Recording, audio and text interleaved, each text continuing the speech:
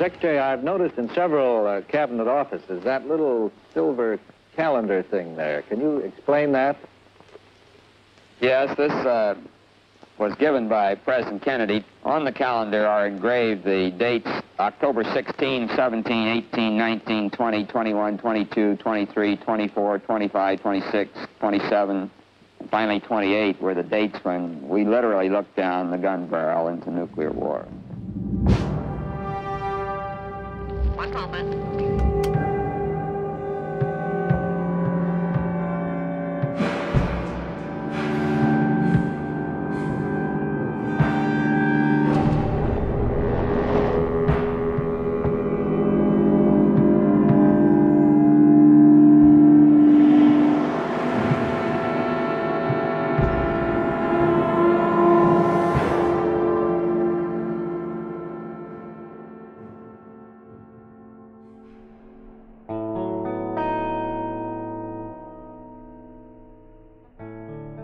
Le 28 juillet 1962, le président Kennedy passe un week-end en famille dans sa maison de Yannisport, Massachusetts.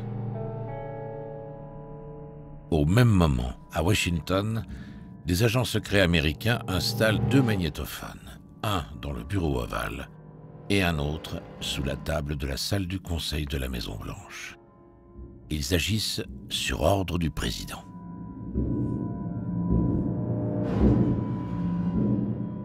Ni ses collaborateurs, ni ses ministres, ni même le frère de Kennedy ne sont au courant de cette installation. Seule Miss Evelyn Lincoln, sa secrétaire depuis 20 ans, a été mise dans la confidence. C'est elle qui change les bandes. Destinés officiellement à écrire les mémoires du président, ces enregistrements secrets ont été déclassifiés dans leur totalité au bout de 50 ans. Grâce à eux, nous pouvons revivre dans l'intimité du pouvoir le déroulement de la crise des missiles nucléaires de Cuba, enclave communiste aux portes des États-Unis. Celle-ci marqua l'apogée de la guerre froide. En 1962, pour la première fois depuis la Deuxième Guerre mondiale, les deux grandes puissances américaines et soviétiques s'affrontent face à face. Ces enregistrements secrets et des révélations inédites nous permettent de comprendre comment deux hommes, John Fitzgerald Kennedy et Nikita Khrouchtchev, ont pu prendre leurs décisions et éviter de peu la destruction de l'humanité.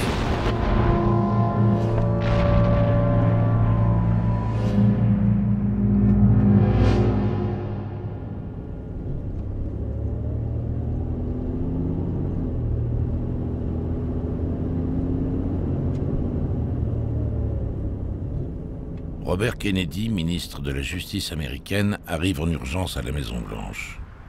Son frère n'a rien voulu lui dire au téléphone, signe que l'affaire est vraiment grave.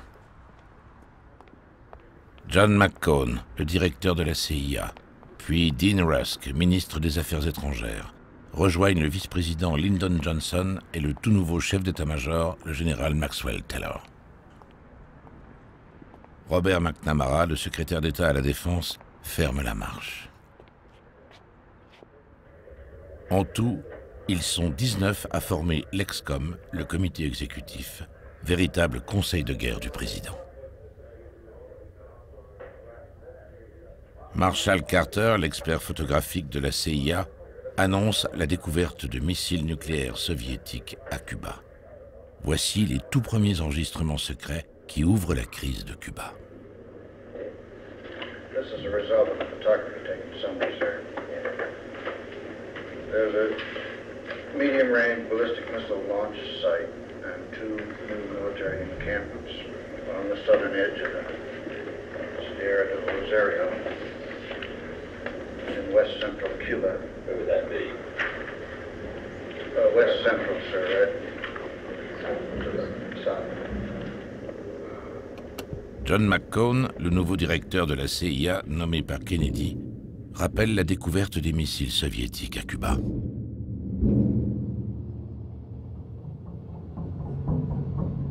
Interrogé par les services de renseignement à leur arrivée en Floride, Nombreux ont été les réfugiés cubains à évoquer la livraison d'armes et de matériel soviétique depuis plusieurs mois. Aussi, John McCone décide-t-il de relancer les missions des avions espions au-dessus de Cuba. Mais à cause du mauvais temps, ce n'est que le 14 octobre que le commandant Rudolf Anderson peut décoller pour prendre une première série de photographies. Celle-ci révèle la construction de bases de lancement pour missiles nucléaires. Le verdict est sans appel. Khrouchtchev et Castro visent directement la Maison-Blanche.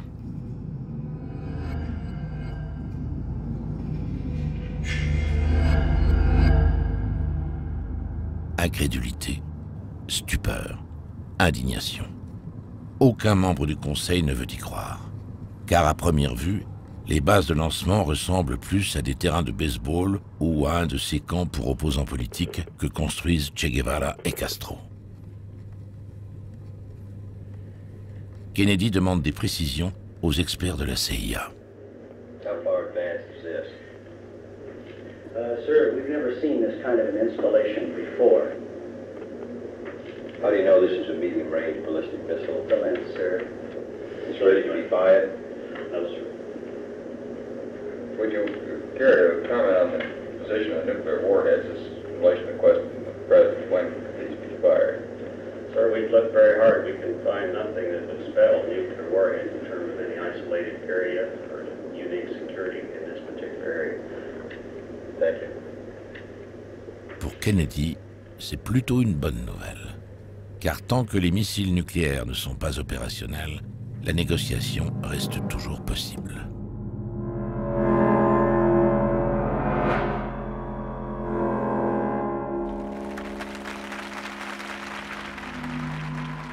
Au même moment, à Moscou, Nikita Khrouchtchev ne sait pas que ces missiles nucléaires ont été découverts à Cuba.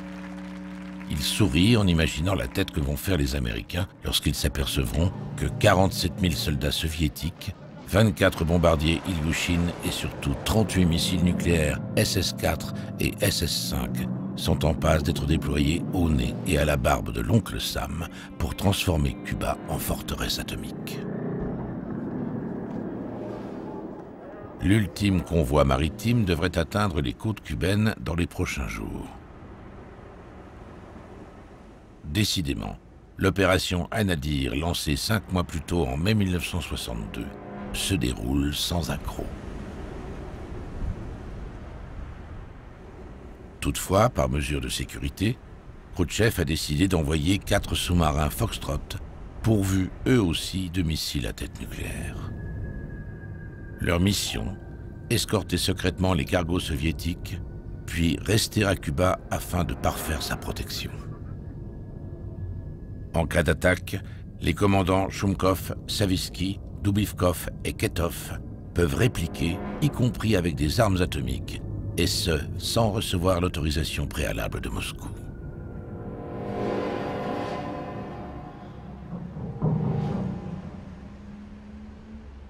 Pour l'état-major américain, ce déploiement d'armes nucléaires soviétiques aux portes des États-Unis dépasse la simple provocation. Tout au long de la crise, ils pousseront le président à attaquer Cuba pour réduire cette menace à néant. Pour le secrétaire à la Défense, Robert McNamara, il est important de garder la tête froide.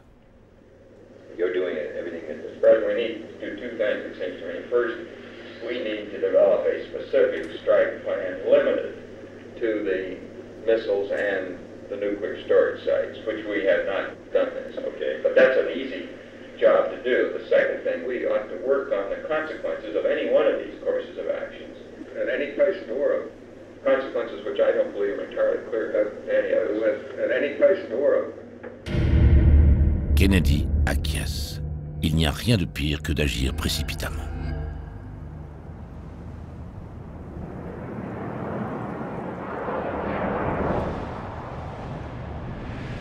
Fidel Castro s'inquiète des survols incessants de Cuba par l'aviation américaine. Il prévient Khrouchtchev. Washington se doute de quelque chose.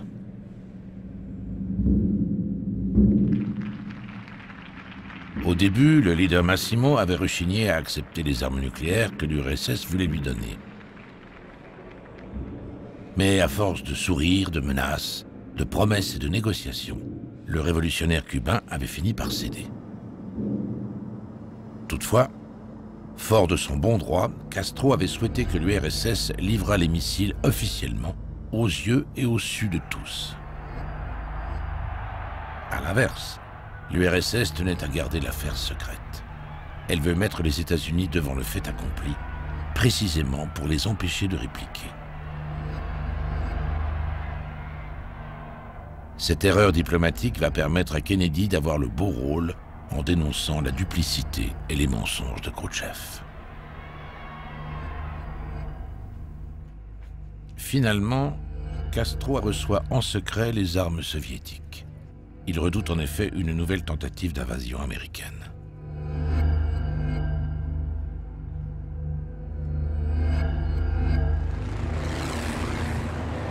Un an plus tôt, en avril 1961, une opération noire de la CIA avait déjà tenté de renverser le tout nouveau régime révolutionnaire de Fidel Castro.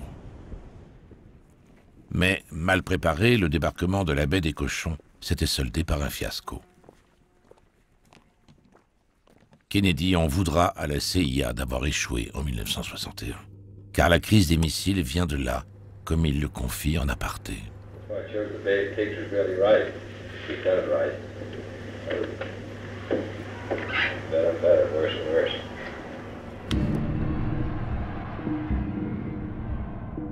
Castro apparaît comme le gentil David qui a vaincu le Goliath américain, et sa légitimité est consacrée par les instances internationales. De son côté, Kennedy n'aura de cesse de prendre sa revanche sur Fidel Castro.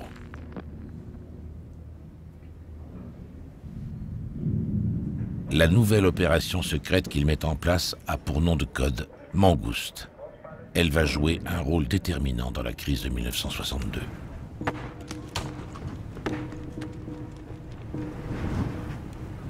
Propagande, infiltration, sabotage. 30 projets sont mis en place pour assassiner Castro et renverser le régime cubain.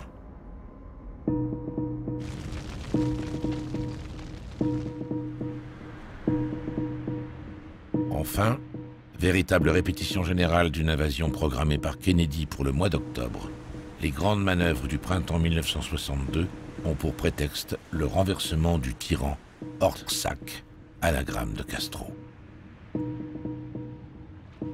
Preuve que Cuba avait eu raison de s'armer contre une invasion imminente.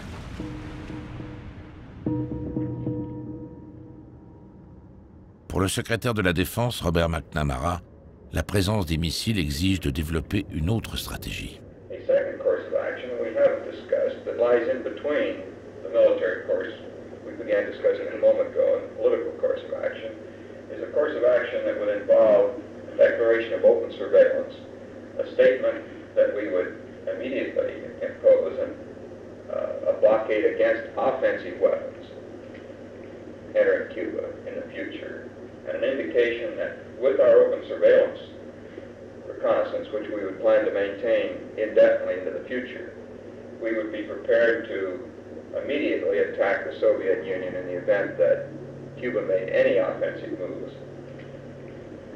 Attack who? The Soviet Union.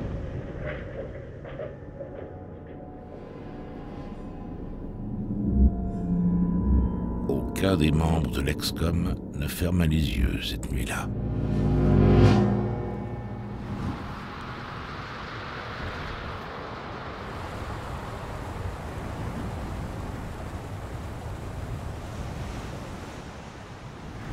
Après avoir essuyé l'une des pires tempêtes de l'Atlantique, les 4 sous-marins soviétiques ont atteint les courants chauds du Gulf Stream. Construits à l'origine pour les eaux froides, ils sont littéralement en surchauffe. Les radios reçoivent encore les messages de Moscou, mais ne parviennent plus à émettre. Sans contact, les commandants se retrouvent seuls pour prendre les décisions.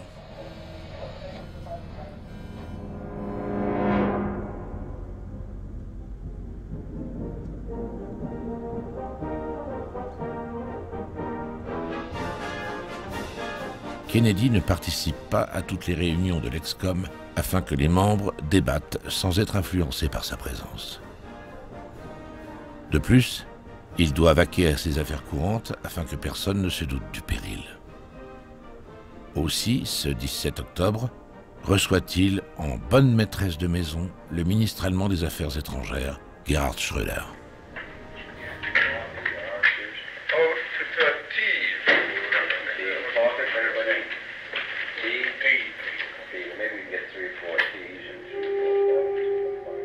Kennedy ne révèle strictement rien à Schröder de ce qui se trame à Cuba, même s'il est persuadé que la crise des missiles de Cuba est en réalité une nouvelle crise de Berlin.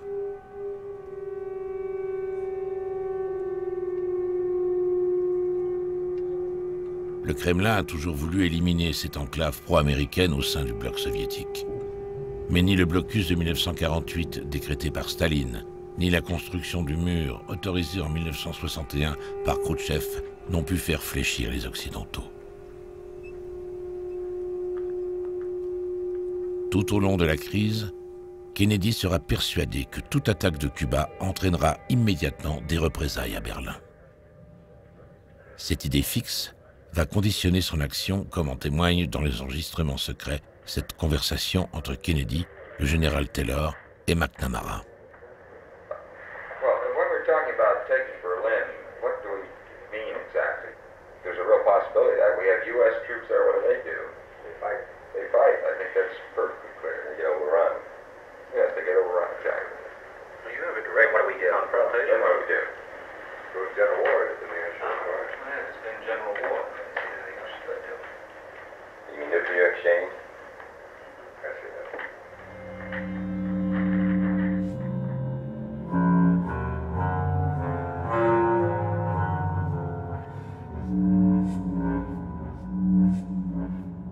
En marge des réunions officielles, Khrouchtchev suit la progression des cargos soviétiques en route vers Cuba. Encore quelques jours et il aura réussi son coup. Selon lui, l'opération Anadyr est légitime et même nécessaire à l'équilibre de la terreur qui régit le monde.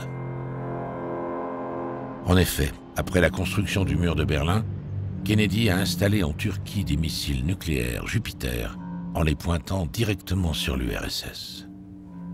Pour Khrouchtchev, cette menace n'est pas tolérable et il importait que l'URSS répliquât à Cuba en faisant de même.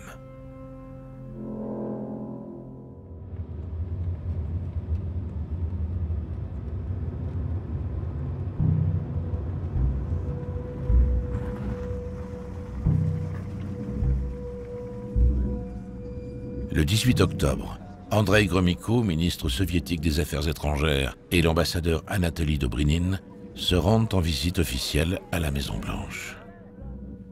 Longtemps, Kennedy s'est demandé comment il devait agir. And I think the question I'd really like to have some sort of judgment on is whether we ought to do anything with Gromyko. Whether we ought to say anything to him, whether we ought to indirectly give him sort of maybe an ultimatum on this matter, or whether we just ought to go ahead without him. Tout bien pesé, Kennedy décide de ne rien laisser percevoir, mais il garde les photos aériennes des U-2 comme preuve à portée de la main. Il veut laisser une chance aux Russes. Il interroge Gromyko sur l'éventuelle présence de missiles nucléaires à Cuba. Ce dernier dément. Les armes présentes ne sont que défensives. Kennedy réplique. Jamais les États-Unis n'attaqueront Cuba sans raison, et si c'était le cas, seuls les Soviétiques en auraient la responsabilité. Le message est passé.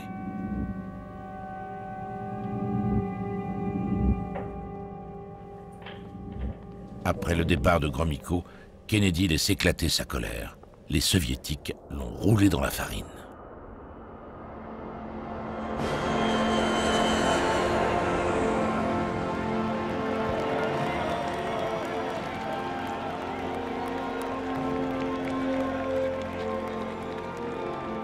De plus, cette affaire tombe mal. Les États-Unis sont en période électorale de mi-mandat.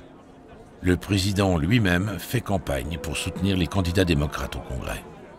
Le 19 octobre, il se rend à Cleveland, puis à Springfield et enfin à Chicago.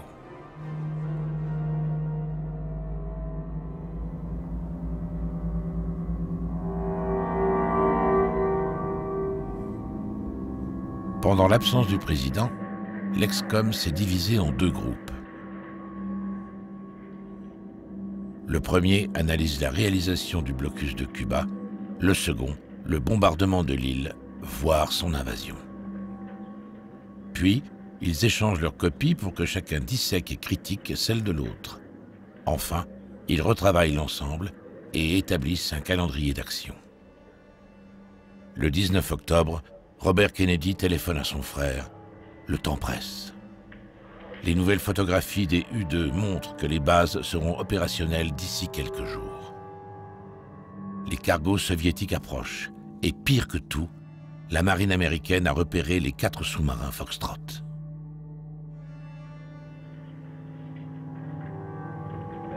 Aussitôt, le président ajourne son séjour à Chicago en prétextant un rhume.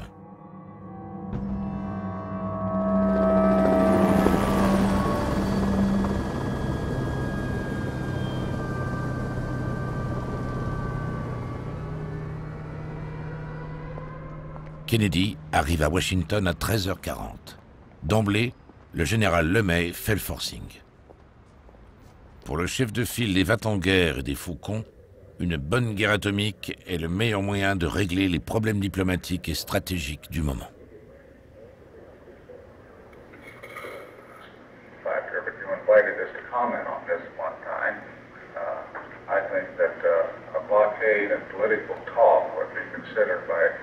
A lot of our friends in Newcastle have made a pretty weak response to this, and I'm sure a lot of our own citizens would feel that way too. In other words, you're in a pretty bad fix at the present time. You say it? You're in a pretty bad fix. You're in with me. With me.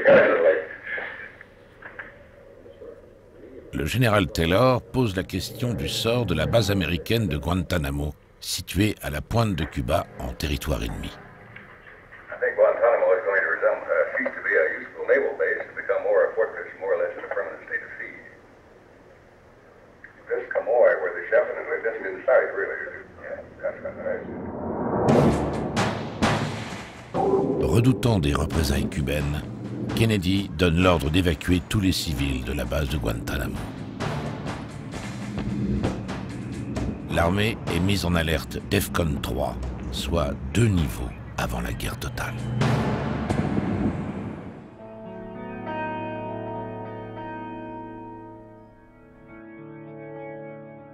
Kennedy passe le début de cette matinée avec ses enfants.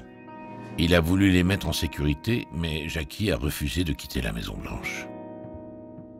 Qui sait pourtant ce qu'il adviendra de chaque famille américaine si les États-Unis s'engagent dans un conflit atomique. Les missiles nucléaires cubains peuvent détruire Los Angeles ou encore New York. La vie de 80 millions d'Américains est en jeu. Kennedy donne son feu vert pour que Taylor et McNamara mettent au point le blocus de Cuba. Mais il tient aussi à prendre conseil auprès du général Dwight Eisenhower, son prédécesseur à la Maison-Blanche.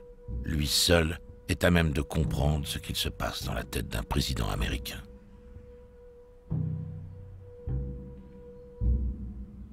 Pourtant, ces conversations très privées ont rarement été mises en avant.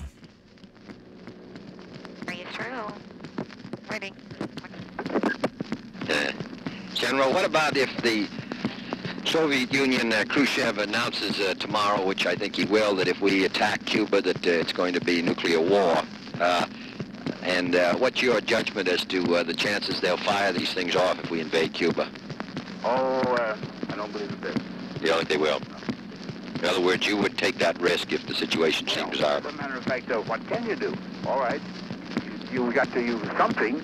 Right. Something may make these people shoot them off. I just don't believe this will. Yeah, all right. Well, in any event. No, hang on tight. Yes, sir. Thanks a lot, General. All right, thanks. Thanks. Avant que la crise ne soit rendue publique, Kennedy se doit d'avertir ses alliés européens, qu'il a rencontrés personnellement au cours de sa tournée de 1961. Le général de Gaulle accorde son appui aux Américains, sans mettre en doute leurs paroles. Il en va de même pour le Premier ministre anglais Harold Macmillan et pour le chancelier allemand Konrad Adenauer, que Kennedy a reçu plusieurs fois à la Maison-Blanche. Berlin est placé en état d'alerte.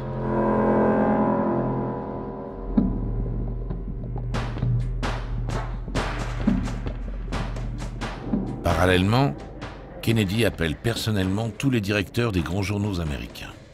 Il est capital qu'aucune rumeur ne fuite. En revanche, il accepte que la presse conditionne l'opinion publique en dramatisant l'annonce de sa déclaration télévisuelle.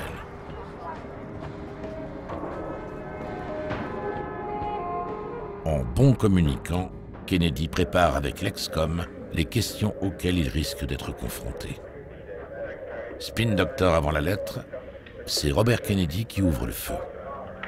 President, do you want to go in at all into the questions that are bound to arise and what the answers are to them? For instance, why we didn't put a blockade in a month ago, why we didn't handle why we didn't take more forceful action. Oh, yeah, we get some of these questions, as I say, we hang around the government.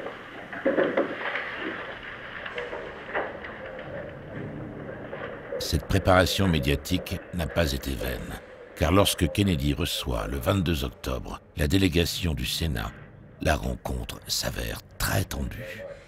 Les sénateurs lui reprochent de n'avoir pas été tenus au courant. D'ailleurs, dans les enregistrements secrets, une conversation entre les deux frères Kennedy nous révèle combien le président a craint d'être destitué par les sénateurs. Well, there isn't any choice. I mean, you would have been impeached. Well, that's what I think I would have been impeached. I mean, the people I think they would have moved to impeach. I wouldn't be sorry they moved to impeach her after this election. On the grounds that I said it didn't do it, I mean, I'd be. I don't think that, I mean, you know, that's the. Le soir du 22 octobre, toute la nation américaine écoute le discours de Kennedy. Good evening, my fellow citizens. Within the past week, unmistakable evidence has established the fact that a series of offensive missile sites is now in preparation on that imprisoned island. To halt this offensive buildup, a strict quarantine on all offensive military equipment under shipment to Cuba is being initiated. All ships of any kind bound for Cuba, from whatever nation or port, will, if found to contain cargoes of offensive weapons, be turned back. It shall be the policy of this nation to regard any nuclear missile launched from Cuba against any nation in the Western Hemisphere as an attack by the Soviet Union on the United States, requiring a full retaliatory response upon the Soviet Union. Thank you and good night.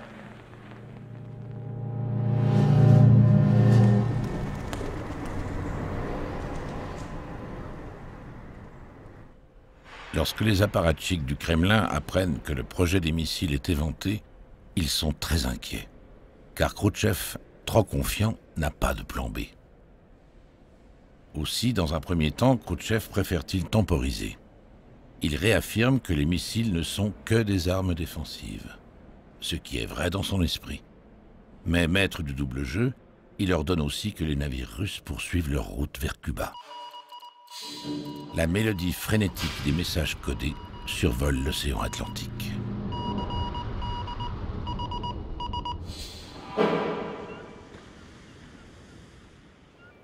À Cuba, Castro redoute d'être le dindon de cette farce atomique. Le général Anatoly Gribkov a beau le rassurer, Castro se méfie de ce Russe à la botte du Kremlin qui interdit l'entrée des bases de missiles aux Cubains. En effet, d'après le pacte signé entre La Havane et Moscou, seuls les soviétiques ont le droit de tirer des missiles atomiques et sur ordre exclusif du Kremlin. Alors, pour donner l'impression qu'il garde la main, Castro déclare à la télévision que Cuba est désormais en état d'alerte maximale. 270 000 Cubains sont mobilisés pour défendre l'île.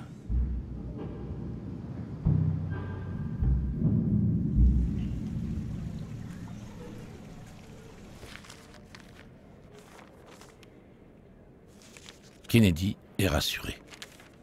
Depuis son discours, aux États-Unis, les mouvements de panique restent circonscrits à l'achat frénétique de denrées alimentaires pour constituer des réserves.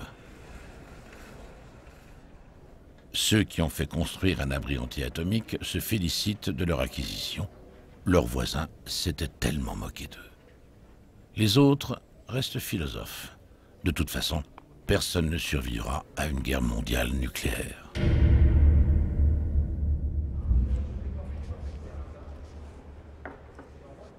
Kennedy signe le décret du blocus permettant à la flotte américaine d'intercepter les navires transportant uniquement des armes vers Cuba.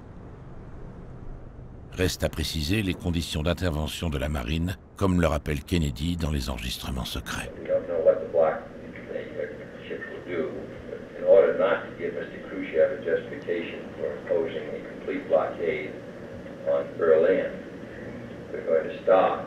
With the blockade of the shipment of offensive weapons, Cuba would stop all ships.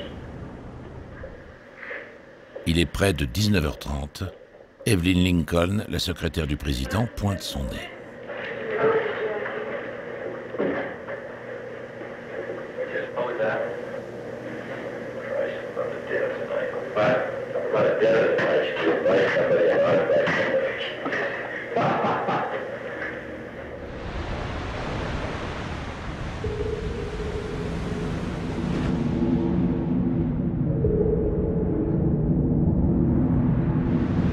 Les sous-marins soviétiques viennent de faire leur jonction avec les navires qui filent vers Cuba. Aussitôt, Kennedy ordonne à la marine de traquer les 4 Foxtrot afin de protéger la flotte américaine. Mais il ne sait pas que les commandants russes ont reçu l'ordre de franchir le blocus par tous les moyens et d'utiliser leurs missiles nucléaires en cas d'attaque.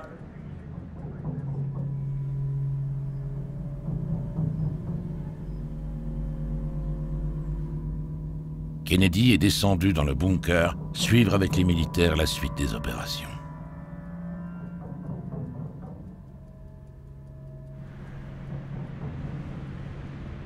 L'armada américaine s'est maintenant entièrement déployée dans la mer des Caraïbes. Les deux forces vont bientôt entrer en collision. L'interception du Gagarin et du Kimovsk par le porte-avions américain Essex est prévue à 11 h. Le sous-marin du commandant Shumkov les escorte. C'est l'instant de vérité. C'est aussi ce moment que choisit McNamara pour décrire la procédure obligeant les sous-marins à faire surface. Personne ne s'en était inquiété auparavant.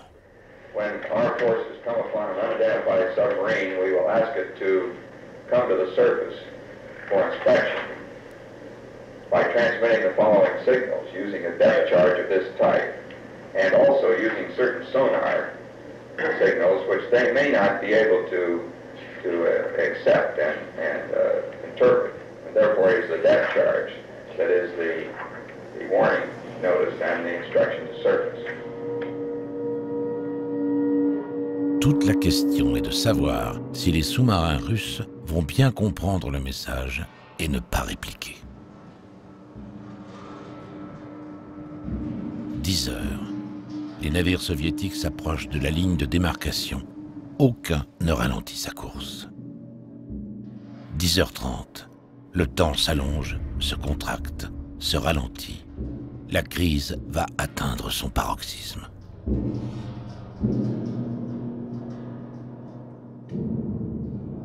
Le monde entier retient son souffle. La Terre elle-même semble s'arrêter de tourner. Robert Kennedy en témoignera plus tard. Complètement tétanisé pendant quelques brèves secondes, le président voit défiler sa vie devant lui. Il repense à toutes les épreuves qu'il a dû surmonter, à sa maladie des os qui l'oblige parfois à descendre d'avion à l'aide d'un chariot, à son frère aîné, Joe, mort au combat et qui aurait dû être président à sa place aujourd'hui. Il repense à tous les soldats tombés pendant la Deuxième Guerre mondiale. Il songe à la petite Arabella, son enfant mort-né.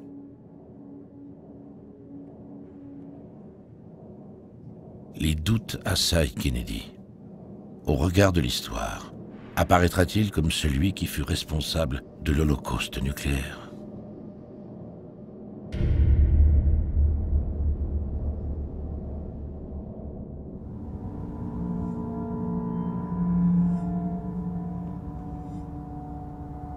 Khrouchtchev ne peut se soumettre au diktat américain.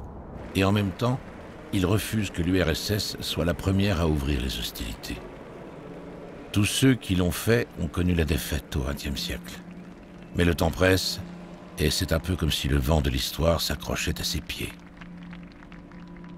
Après tout, il y a suffisamment de missiles nucléaires à Cuba, en tout cas assez pour raser les États-Unis. Mais ça, les Américains ne le savent pas encore. Aussi, après mûre réflexion, Khrouchtchev ordonne au cargo soviétique de rebrousser chemin.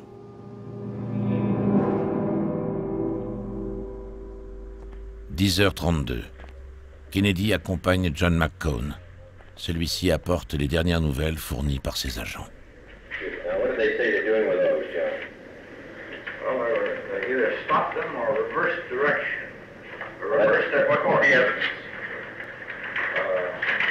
Now, is this all the Russian ships, or this be just select you want to tell? This apparently was selected bunch because there's 24 of them on Cuba this morning. So, wait a minute, what is, if this report is accurate, then we're not going to do anything about these ships close in to Cuba.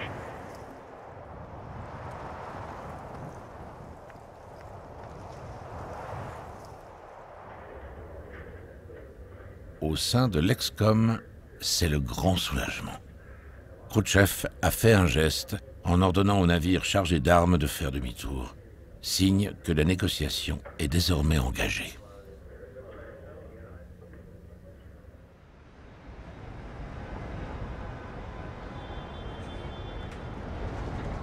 À l'ONU, la diplomatie officielle entre en jeu. C'est un moment important car le blocus maritime n'a en réalité aucune légalité internationale. Aussi, pour ne pas avoir à se justifier, l'ambassadeur américain Stevenson décide d'attaquer le premier. Do you, Ambassador Zorin, deny that the USSR has placed and is placing medium and intermediate range missiles and sights in Cuba? Yes or no? Я не нахожусь в американском суде. I am not in an American courtroom, sir, and therefore I do not wish to answer a question that is put to me in the fashion in which a prosecutor does. In due course, sir, you will have your reply. I'm prepared to wait for my answer until hell freezes over, if that's your decision. Stevenson montre alors les photographies des sites de missiles prises par les avions U-2. Zorin tombe des nues. Ni lui, ni l'ambassadeur Dobrynin n'avaient été mis au courant de la situation par le Kremlin.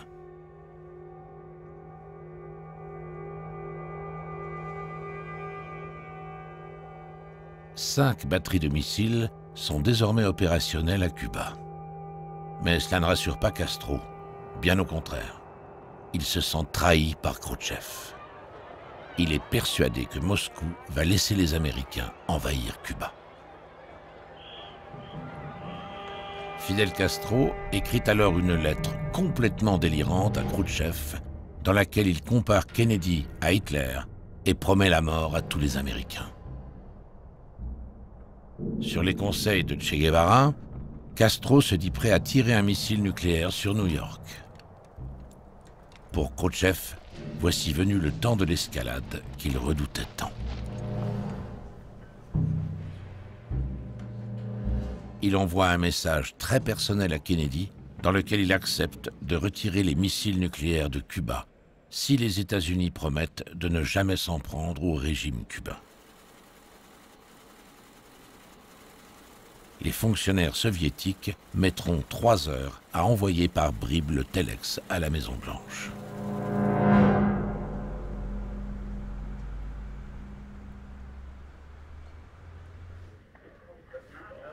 Entre-temps, face aux déclarations de Castro, le président américain décide de revoir sa stratégie. So you've only got two ways of removing the weapons. One is to negotiate them out, in other words, trade them out, or the other is to go in and take them out. I don't see any other way you're going to get the weapons out. Even if the quarantine's 100% effective, it isn't any good because the missile sites go on being constructed, so this is only the first step. You have the pistol at your hip. It isn't good.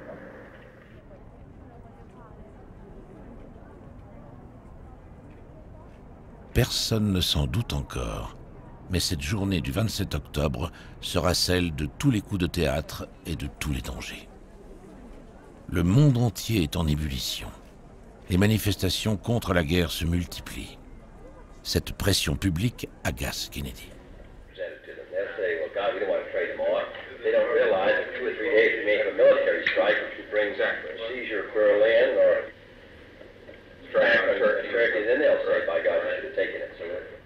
Sur la foi de rumeurs, la presse évoque même une attaque américaine imminente.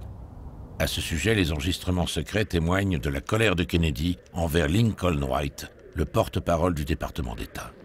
White House, Christ, we're meeting every morning on this to control this, the escalation, and that we wouldn't say anything about what action we're going to take. I'm sorry. So therefore, you have to be goddamn careful. We got to get this under control, Link, because it's too important. Okay. I'm terribly sorry, sir. Okay. I was under... Puis, c'est au tour de Edgar J. Hoover, le directeur du FBI, de prévenir Kennedy. Les Russes de l'ambassade sont en train de détruire des documents comme s'ils cherchaient à fuir avant le déclenchement d'une guerre imminente.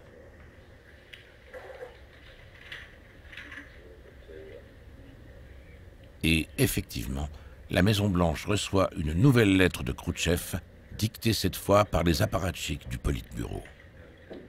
L'URSS relève son niveau d'exigence.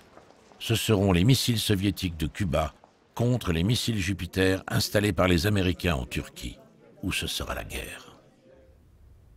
Le problème est que la nouvelle offre de Khrouchtchev remet en question le pacte entre les États-Unis et ses alliés de l'OTAN. Robert Kennedy propose alors un stratagème. Pourquoi ne pas répondre uniquement à la première lettre de Khrouchtchev en éludant complètement la seconde? Mais le président rechigne. The point of the matter is Khrushchev's going to come back and refer to his thing this morning on Turkey. I think what we've got to do is say that we've got to make the key of this letter the cessation of war. En effet, pour Kennedy, l'heure est venue de trouver un statu quo. Les États-Unis sont en situation de force. Ils doivent donner à l'URSS la possibilité de ne pas perdre la face en signant un compromis.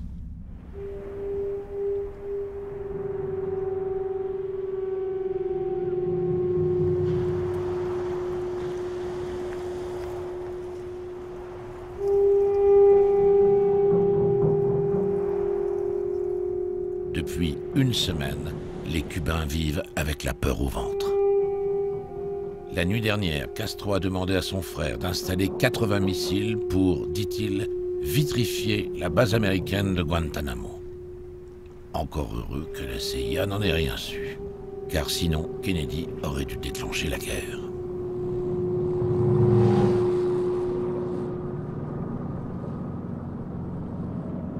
La frénésie et la panique ambiante gagnent aussi les troupes soviétiques.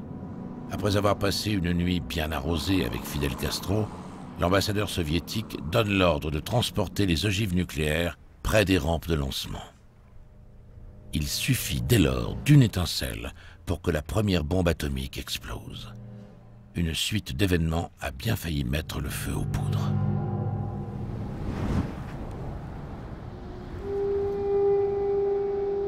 Le premier incident a lieu très loin de Cuba, en Alaska. Le pilote de U-2, Charles Moulsby, quitte sa base pour recueillir des échantillons atmosphériques suite aux retombées de l'essai atomique tiré la veille par l'URSS, comme une provocation. Mais aveuglé par une aurore boréale, il franchit malgré lui la frontière soviétique. 6 MiG le prennent aussitôt en chasse. L'US Air Force envoie alors à la rescousse du U-2 2 chasseurs pourvus de missiles nucléaires. L'un des pilotes, Léon Schmutz, n'a que 26 ans. C'est l'une de ses premières missions. Comment va-t-il réagir? La Troisième Guerre mondiale va-t-elle commencer au pôle Nord? Finalement, le U-2 retrouve sa route in extremis et les MiG, le nez sur la frontière, renoncent à attaquer les chasseurs.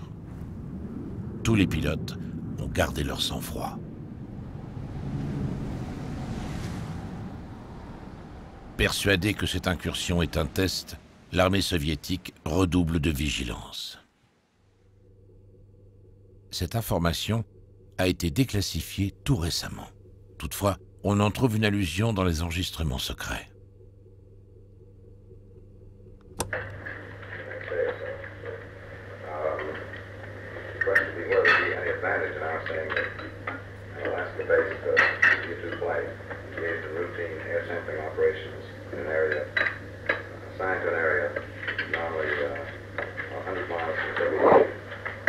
Any advantage now? I think it just makes us, gives them a story tomorrow. It makes it look like we're maybe the offenders. I don't see an advantage.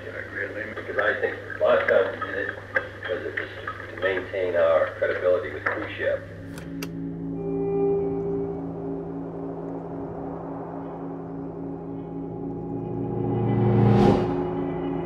Le second incident du 27 octobre faillit vraiment déclencher la guerre.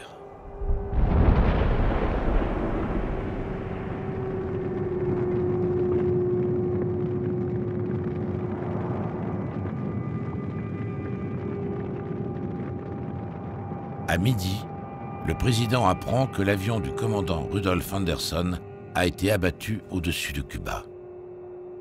Ironie tragique de l'histoire, c'est ce même pilote qui avait pris les premiers clichés à bord de son U-2, provoquant de facto la crise des missiles de Cuba. C'est Castro qui a donné l'ordre d'abattre l'avion américain. Son intention est de contraindre les États-Unis à envahir Cuba pour forcer la main à Khrouchtchev. Kennedy va-t-il tomber dans le piège? Pour McNamara, la mort du pilote américain constitue une véritable déclaration de guerre.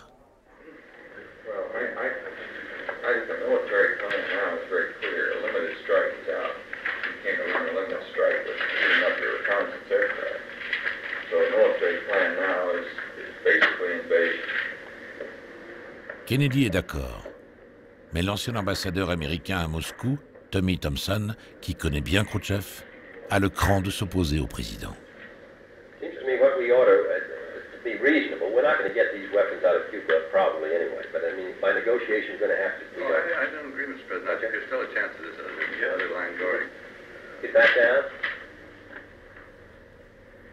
Finalement, le président décide de laisser une dernière chance à Khrouchtchev. Il demande à son frère si celui-ci peut rencontrer l'ambassadeur soviétique Anatoly Dobrynin pour lui proposer un accord de la dernière chance. L'entrevue secrète a lieu au ministère de la Justice. Les deux hommes mettent carte sur table.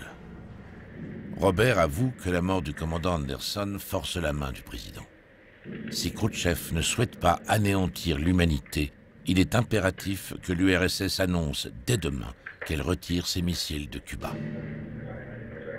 En contrepartie, les États-Unis enlèveront secrètement leurs missiles de Turquie. Dobrynin promet de transmettre aussitôt cette information.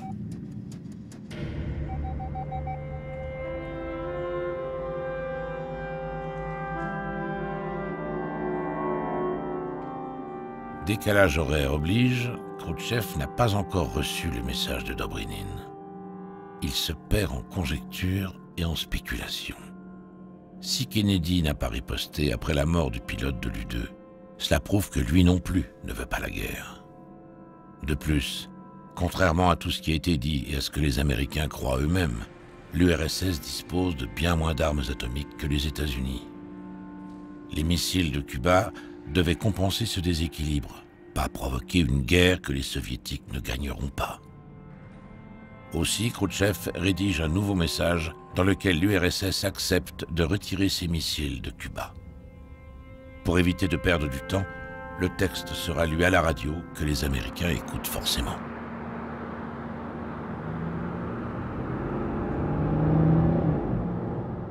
Mais la malchance manque de tout faire encore capoter. Car juste au dernier moment, l'ascenseur de Radio Moscou que prend le messager tombe subitement en panne. In extremis, le message est tout de même diffusé. C'est la première fois que les Soviétiques entendent parler de la crise des missiles de Cuba.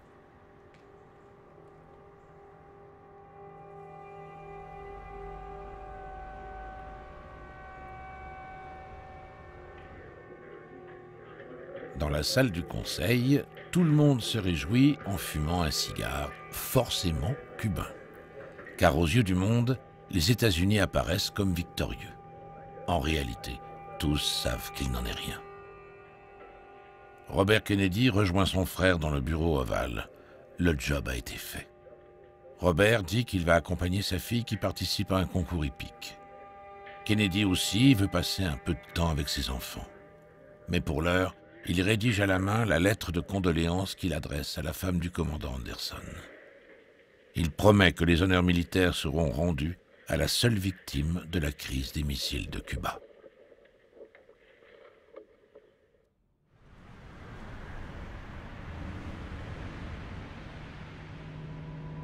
Alors que le monde entier croit la crise terminée, survient un nouveau coup de théâtre. La traque des sous-marins soviétiques n'a jamais cessé. Contraint de remonter à la surface pour refaire ses réserves, le sous-marin du commandant Savitsky est aussitôt pris en chasse. Mais la liaison entre Moscou et les sous-marins a été coupée voici 2 jours. À ce moment-là, le conflit semblait imminent. Sommes-nous en guerre ? Se demande Savitsky. Doit-il tirer sa torpille nucléaire ? Vassili Arkhipov, son second, s'y oppose. Aucun des commandants russes ne veut être responsable de la Troisième Guerre mondiale. À court de batterie, les sous-marins sont contraints de refaire surface. La crise est vraiment finie.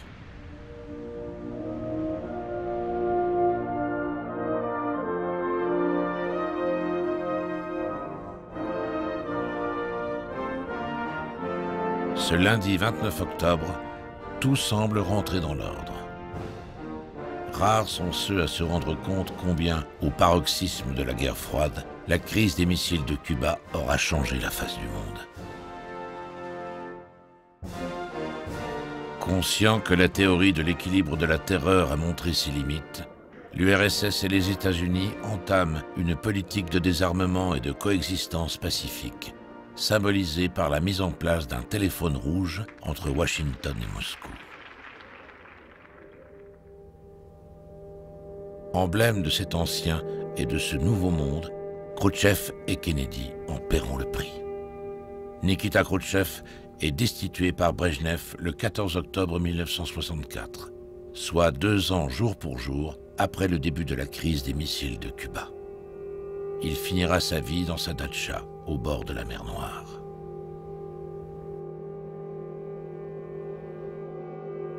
John Fitzgerald Kennedy est assassiné à Dallas en novembre 1963.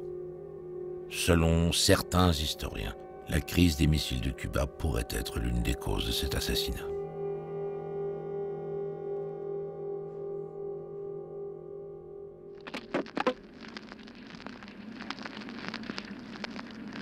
Hello. Yes? Hello. He'll be with you in just 1 minute, Mr. President. All right. All right. La Maison-Blanche est étrangement calme. Kennedy appelle l'ancien président Truman, celui qui a donné l'ordre de lancer les bombes atomiques sur Hiroshima et Nagasaki. Voici les derniers mots du dernier enregistrement secret relatif à la crise des missiles de Cuba. Hello. Hello, this is Harry Truman. Hello, how are you, Mr. President? Well, I'm all right, and I'm just pleased to death the way these things came out. Well, I think we're going to have a lot of difficulties, but at least we're making some progress about getting these missiles out of there. And all right, okay. I certainly appreciate your call. Oh, thank you, Mr. President. Bye-bye.